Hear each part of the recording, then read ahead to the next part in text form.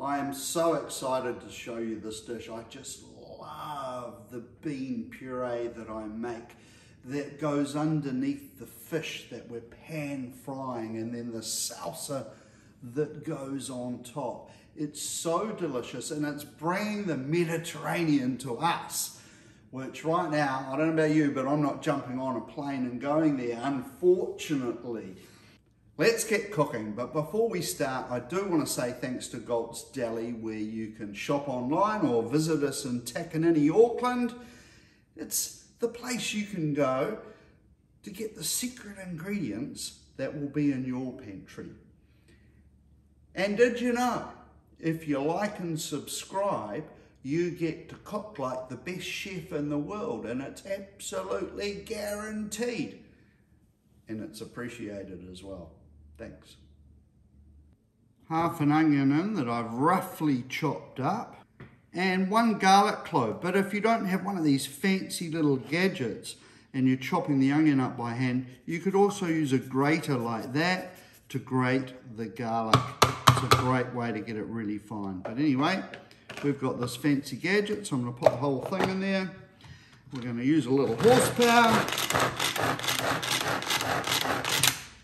Once you've chopped them by hand or with that pretty fancy Tupperware chopper-upper, 2 tablespoons of extra virgin olive oil into a pan over a medium heat. Get the chopped onions and garlic in there. We're going to slowly saute those on a low to medium heat for around about 5 minutes until they become soft and the sweetness comes out of the onion. We're going to pop those into a food processor. Now they're cooked. We're going to drain 2 cans of cannellini beans off, get rid of all the liquid that they come in, because that can be a little bit on the salty side. We'll add them into the food processor, and now we're going to get 1/4 cup of extra virgin olive oil in there. Full of antioxidants, extra virgin olive oil, so good for us. Us Kiwis don't consume enough extra virgin olive oil. Blitz it up until it's smooth. It'll take a few minutes, but it will become smooth. Add now another 1/4 cup of extra virgin olive oil, a teaspoon of your favourite salt. Mine's Murray River, I just love it. Blitz it up until it's smooth, and then put it into a container that is watertight and airtight, and you can store that into the fridge. And by the way, it makes a genius dip. Better than kiwi dip. When you have a tomato this good looking, look at that. Beautiful.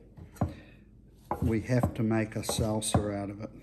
Cut your tomato into rough size wedges. Get rid of as much of the juice and the seeds out of each wedge as possible. You could always freeze this to use in a tomato soup down the track, but we don't need it for this salsa. By the way, you can use supermarket tomatoes here. As you can see, these came from a farmer's market, Clevedon. In fact, now, once we've got rid of all the juice and the seeds, just roughly chop them up, get them into a bowl. This salsa is delicious over chicken and pork as well as fish, by the way.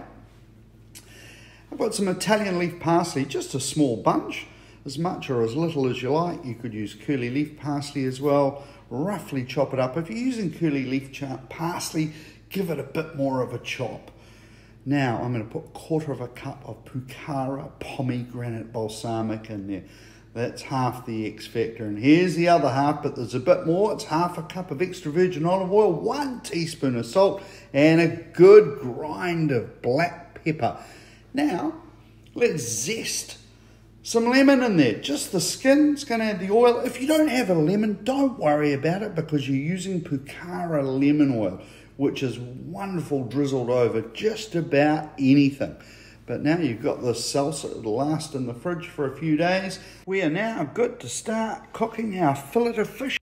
And I'm cooking monkfish today, dusted in a Moroccan seasoning. I'm just cooking 1 fish fillet because it's just me, and I'm making sure that I've got that Moroccan seasoning on all sides, including the ends.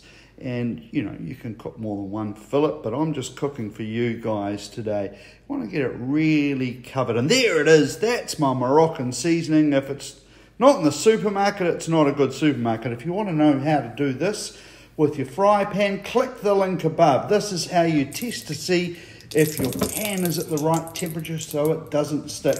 I've got a drizzle of extra virgin olive oil in there. It's on a medium heat. I'm going to cook for 1 minute on each side. There you go, 1 minute per side. Then it comes off the heat. You just lift the whole pan and leave it in the pan and turn it every now and again and leave it for 5 minutes. That gives you time. Oh, what temperature are we cooking it to? Yeah, I'm looking for 50 degrees C. And there you go, in the thick part, 50 degrees C. Whilst it was resting, I've heated my white bean puree up. I've got some on the plate there. Look how delicious that looks. On goes your fillet of fish.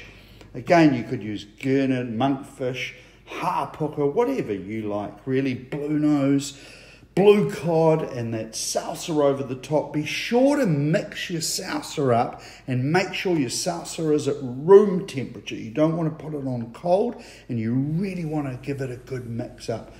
How good does that look? I'll tell you what, it tasted good too.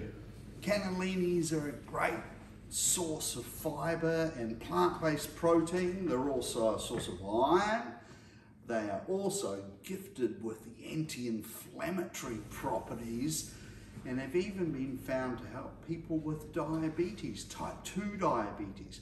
Cannellini beans fall into the category of complex carbs, and actually research shows that people with type 2 diabetes, it suggests that a diet rich in legumes like cannellini beans can help lower blood sugar. I can hear you from here saying, Simon, it's not a health video. We go to fourwheelsofhealth.com that you run if you want to talk about that or hear that. And you're right.